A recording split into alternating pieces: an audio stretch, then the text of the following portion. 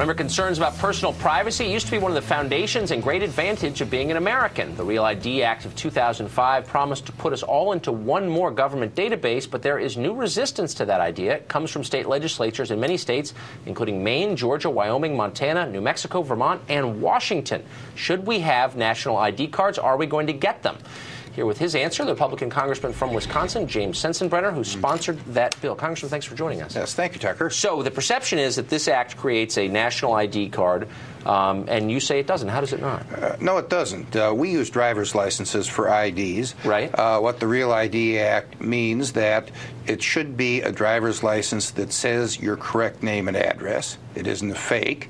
And it stops people from going from state to state and getting a pocket full of driver's licenses like the 9/11 hijackers did and having valid driver's licenses from 5 states: Virginia, Maryland, Arizona, California, and Florida. Well, correct me if I'm wrong, though. The driver's licenses as of next year, 2008, when I think this becomes into effect, would have data from every person who owned one go into a central federal database, if I understand this. And you would need this piece of identification in order to get into federal buildings, to fly on airplanes, to open a bank account, and do other things. Is that correct? The central database is already existing, so that if you get a ticket in one state, it gets reported to the state of your driver's license.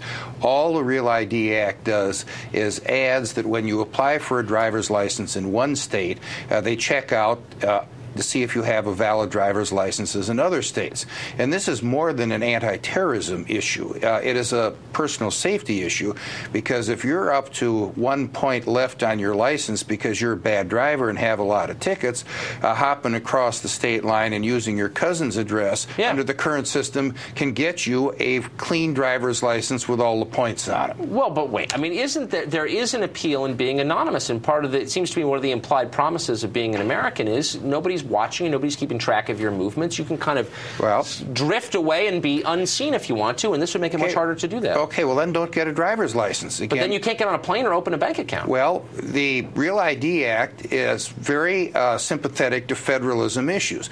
If a state opts out, then its citizens cannot use a state driver's license which is non-compliant for federal purposes. Right.